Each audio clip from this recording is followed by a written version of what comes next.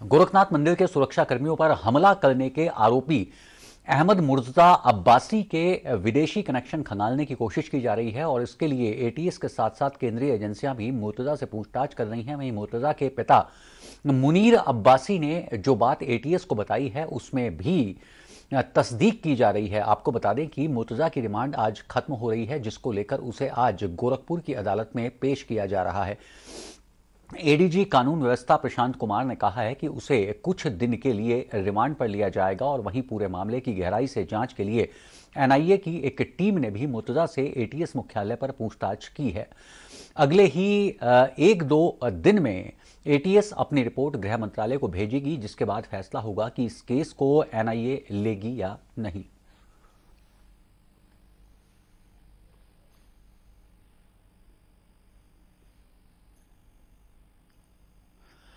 और ताजा अपडेट के लिए गोरखपुर से हमारे साथ जुड़ चुके हैं हमारे संवाददाता अरशद जमाल। अरशद, अब तक इस पूरे मामले में जो भी मुर्तजा से पूछताछ हुई है, क्या कुछ निकलकर सामने आया है?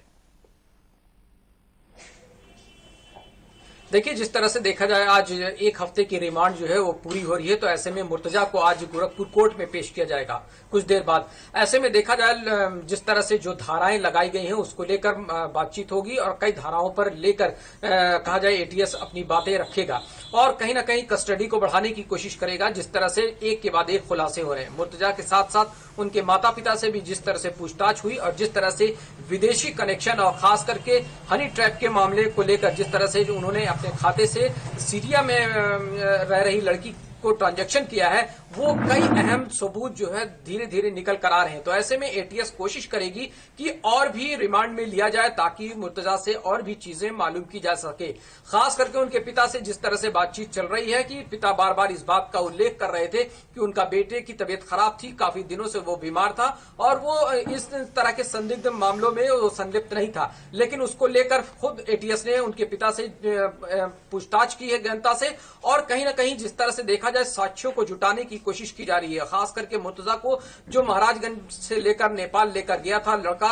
उनका दोस्त, उसको भी पूछताछ के लिए एटीएस ली हुई है, उनसे भी गहनता से जानकारी ली जा रही। तो ऐसे में देखा जाए कि जिस तरह से एटीएस आज पेश करेगी कोर्ट में और रिमांड बढ़ाने की कोशिश करेगी ताकि जिस तरह से गृह मंत्रालय को यह पेश किया जा सके कि कहीं ना कहीं और धाराओं में इनको कहीं ना कहीं और धाराओं में लगाने की कोशिश की जाए, जिस तरह से देशद्रोह का मामला हो या जिस तरह से भी मामला हो, जिस तरह से इनके विदेशी कनेक्शन है और जिस तरह से आतंकी गतिविधियों में कहीं ना कहीं शामिल होते हुए दिख रहे हैं मुर्तजा हुसैन। तो ऐसे में अब देखना होगा कि अब जिस तरह से कोर्ट में उनको पेश किया जाएगा कि कितने दिन की और रिमांड बढ़ रही है। जी, इस जानकारी के लिए आपका बहुत बहुत शुक्रिया अरशद।